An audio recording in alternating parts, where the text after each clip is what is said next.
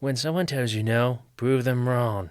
Keep pushing, break boundaries, keep fighting, never give up.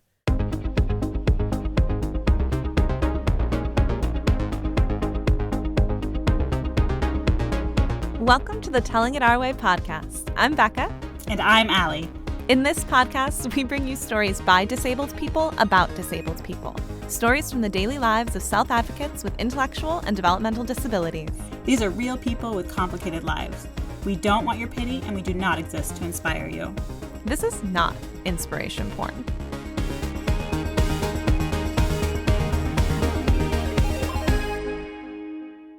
All right. Okay. So today we have a very exciting episode. We are doing an episode on this topic of making change, and it includes two returning storytellers today. And both of these storytellers are going to talk about some events in their lives that have been really pivotal to them becoming self-advocates. You know, Becca, our intro talks about how we bring stories from self-advocates, but I'm not sure we've talked much about what self-advocates are or the movement that led to self-advocacy. Do you want to tell us more about that? Oh, yeah. Great point. I mean, so we use this term self-advocate all the time when we're talking about people with intellectual and developmental disabilities who are either speaking up for themselves or speaking up around important policy issues or social issues that matter to them. But where does this term come from, and where does this movement come from? So we've talked a little bit on the show before about some of the history around people with intellectual and developmental disabilities, particularly, the rise of institutionalization. So many people with intellectual disabilities up until the mid-century, the 50s, 60s, and 70s, spent a lot of their lives in these isolated institutions. But then in the 70s, we start to see the deinstitutionalization movement, the closure of these institutions. And there's a lot of reasons why this happened. Some folks point to there's this really famous television expose about the Willowbrook Institution on Long Island by a very young Geraldo Rivera called Willowbrook, The Last Great Disgrace. And when this aired on television, it created this big public uproar that in some ways was really pivotal to this movement to close institutions. But the reality is that there were movements within these institutions for a long time among the residents. And that's true in the United States, and it's true abroad. The self-advocacy movement itself began in most accounts, and actually began in Sweden in 1968. So there was this group of Swedish parents who were running this organization for their children with developmental disabilities. And they had this motto that they said, "We speak for them." And then one day they were having this meeting and there were a bunch of people with intellectual and developmental disabilities there who were like, no, wait a minute. You don't speak for us. We speak for ourselves. And that was kind of the start of this self-advocacy movement. Yeah, and we might say that the self-advocacy movement in the United States came out of some organizing from those incarcerated by Fairview State Institution in Oregon. And with the first conference of people with intellectual disabilities called People First. And Linda Geer is one young woman who really spearheaded that movement. And that first conference was in 1974 and had over 500 attendees. Yeah, and People First is a huge now international kind of network of grassroots self-advocates. We have a People First Toledo here. In fact, Jo Rita Fox, one of our advisory board members, who you listeners might remember just guest hosted for us, she was one of the founding members of People First in Toledo.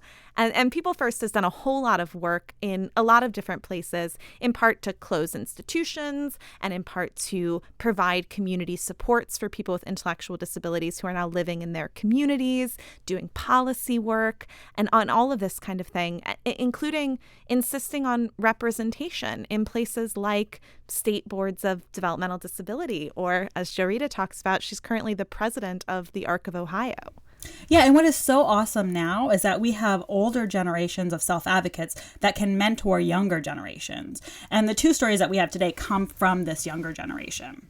Yeah, that's a really great point. Both of our storytellers were born in what I would call the kind of post-ADA era, right? And so are coming in with a sort of whole different landscape than what existed prior to 1990.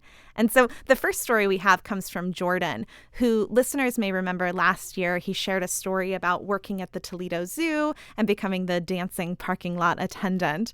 He also talked a little bit about how some of his experiences with bullying and in school helped him to kind of find who he was as a person. And so this is another story about his experiences when he was younger and some early experiences of discrimination that have really shaped him into who he is as a self-advocate today.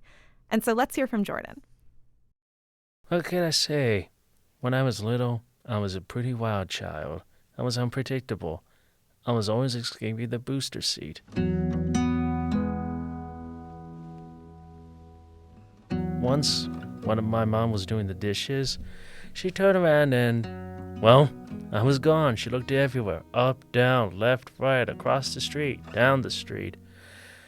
Then she decided to go back to the same spot where I was, in the tree. She looked up, and there I was, asleep, just very peacefully. To this day, she still can't figure out how I got up there. It looked so peaceful. When I was in high school, we had an assignment where we do a research on names. I looked up my name. I found my last name is Burriola versus Greater Toledo YMCA, and I said, "Mom, you got some explaining to do." Turns out, when I was little, I went to the YMCA for daycare. The person who worked with me left, grabbed her bags, and just got out of Dodge of the YMCA and told me I couldn't come back. They didn't know how to handle me. Every daycare center turned me down like a bag of Skittles. Because I'm autistic. My mom went to the Ability Center for some help. She eventually got a good lawyer and a dear friend. We won the case, and the YMCA had to support me. When I was in high school, I wanted to volunteer at one of my favorite places, the Toledo Zoo. I had to get approval from the school and get good grades, which I did. Then I had an interview and a test at the zoo. My mom asked to read the test questions for me to make sure I understand. But they say, he's fine, he can do this on his own. The test was too much for me, and I hid under the desk like in case there was a bomb going off. A few days later, they called and said I couldn't do the zoo program. That's when, quote, Mama Bear comes out. She said we could come down with the full force of the ADA, or she could work with them to train them. She helped them learn about people with autism. We helped them start a program with people with disabilities that could learn with a peer. I was a guinea pig, subject 0. And the program is called SNAP Program. I've had a whole lot of pressure to prove that I can do this. I really did.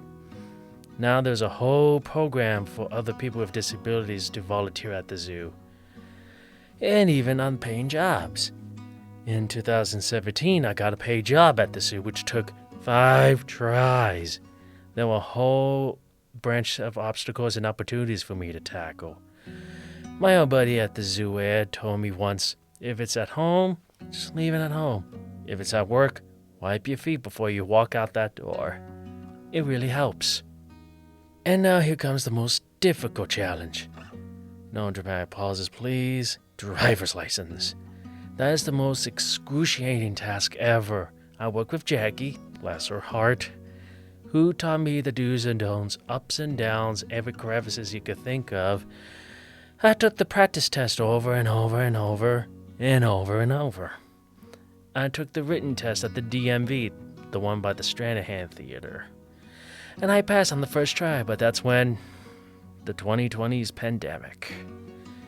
And my temps expired. How dare they?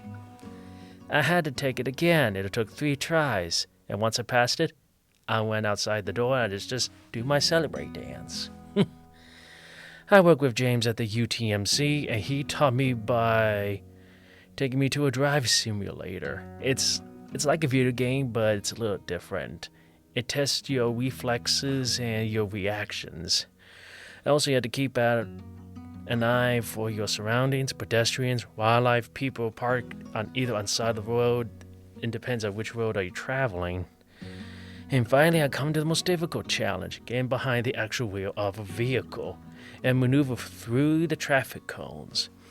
And finally I took the test. I kept thinking, wipe your feet, wipe your feet. And after 2 tries, I passed.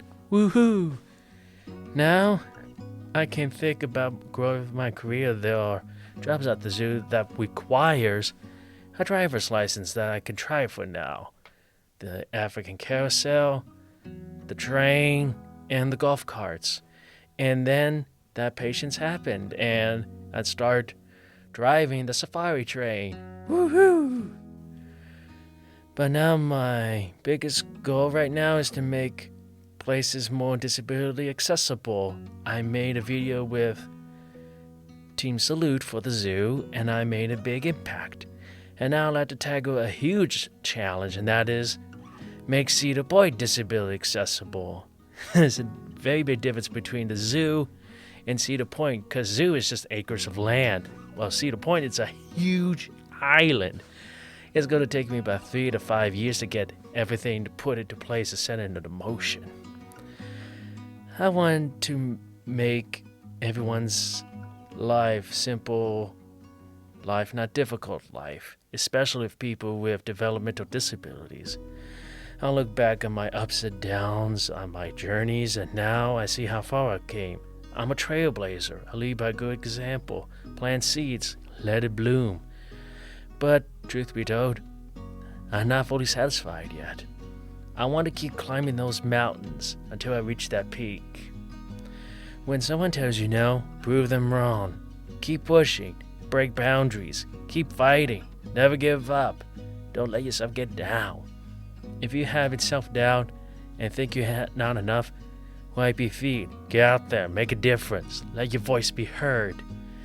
For the future, if I had a book and my quote would be, don't listen to those naysayers, prove them wrong. You know why? Because I'm the voice of the voiceless.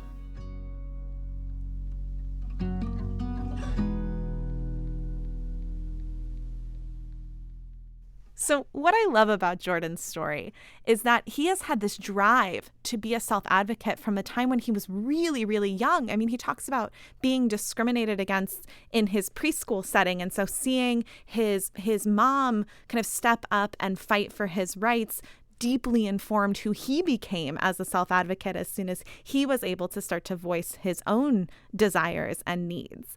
And what I also love about Jordan is that he is constantly identifying new challenges and goals around advocacy, both for himself and for the people around him.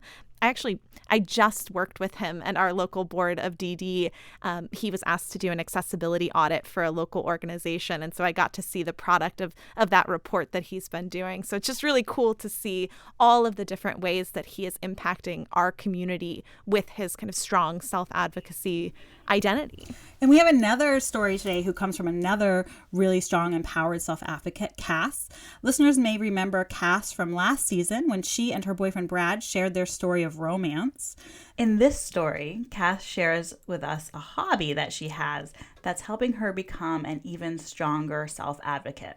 Pun intended. Hi, my name is Cassandra, and this is my story about powerlifting and becoming the very first female powerlifter for Special Olympics in Lucas County.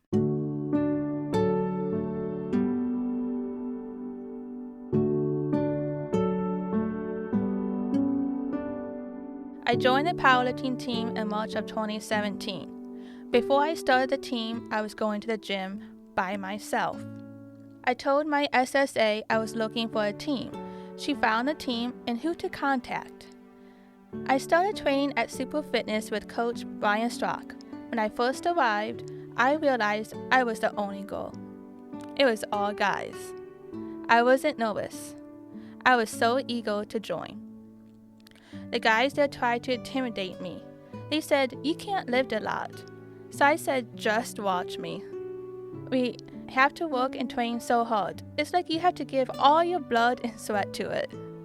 I work out twice a week on Tuesdays and Thursdays from 4 to 5 p.m. When we lift, we do bench pressing and deadlifts. A bench press is when you lay down on a bench and bring the barbell to your chest and lift it up. A deadlift is when you bend your knees, lift the barbell up, and then lean back. but don't lean all the way back because you don't want to hurt your back.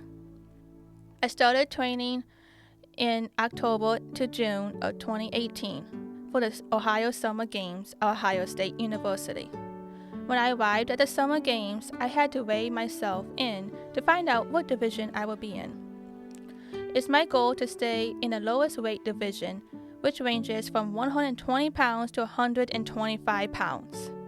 I weighed in at 124.5 pounds. It was crowded there because all the different counties, family members, and coaches were arriving. I put music on to pump me up. I listened to the song Warrior. You gotta get yourself pumped up. Before you go out to compete, you are allowed to go to the weight room. You lift the ball, but not the weights, so you don't tire your body out before the competition. I hear them call my name and say my category is coming up. I was going up against one other girl from another county. Up first is the bench press competition. I go and lift. At competition for powerlifting at state games, you have to listen to the commands real close because they are picky about it. My highest lift was 85 pounds. The other girl did not make any of her lifts. That means she wasn't able to bring the barbell all the way up.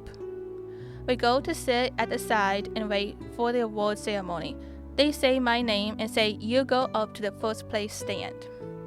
I was so relieved because I had worked so hard throughout the year, eating the right food and training with the guys and my coach, Brian.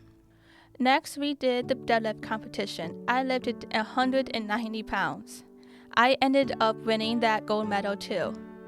At the award ceremony, they say you are the all-around gold medal winner for a state competition for Special Olympics. I was so excited. Families and coaches took my picture and I did the Wonder Woman pose. I am now a 3-time state champion for powerlifting. Fast forward, I am now the 4-time state champion for powerlifting. And that's not the only first thing that I have accomplished. This year, I became the first woman with a disability from Lucas County to join the Ohio Developmental Disabilities Council. I wanted to tell this story because females can do what guys can do, and it doesn't matter if you have a disability. What I love about Cass's story is that she takes us into a place where we don't often see or think about people with intellectual and developmental disabilities. The space of fitness and sort of self-improvement, right? And competitive sports. I think sometimes we tend to pigeonhole people with IDD as being just sort of participants in like something like Special Olympics, which we've had stories about before, certainly, but not really in terms of thinking about a young, powerful woman like Cass in a weightlifting gym. Yeah, and I think it's really important to remember that like self-advocacy isn't just something that happens, right? It's something that takes work and practice and support. And we know that Cassandra or Cass and Jordan both have these communities of self-advocates that they work within and that they learn from and that they teach. And that's true for all of us, right? And so, you know, I think particularly it is most often that people with intellectual and developmental disabilities are told that they are not capable or that they are not able to contribute or that they are not able to speak for themselves. And so someone else has to do that for them, right? And so keeping this idea of the dignity of risk kind of center feels really important for me, right? Letting people speak for themselves and express what it is about their lives that they find important and that they value. And that seems to be the kind of key, the nugget of self-advocacy for me, is that it can't just be something that the person does, right? You have to also be in a community that's willing to listen. Yeah, and I think that's a part of the goal of this show, which is to give self-advocates a platform to talk about the things that they really care about. Oh, yeah, definitely. And it's really great to have kind of these two really strong self-advocates in our community who are able to share some stories today. You know, I will also share that Cass has recently been appointed to the Ohio Developmental Disabilities Council, which is an appointment by the governor for this statewide council. And so it's been really great to have these really, really strong advocates here who can serve as a model for people who are still learning their way around self-advocacy.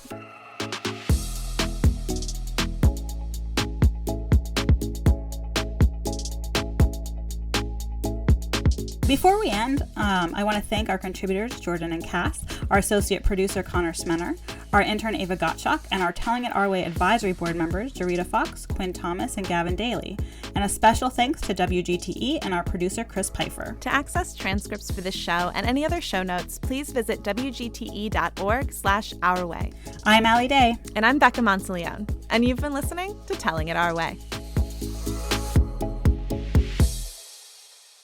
WGTE. Voices around us. WGTE is supported in part by the American Rescue Plan Act funds allocated by the City of Toledo and the Lucas County Commissioners and administered by the Arts Commission.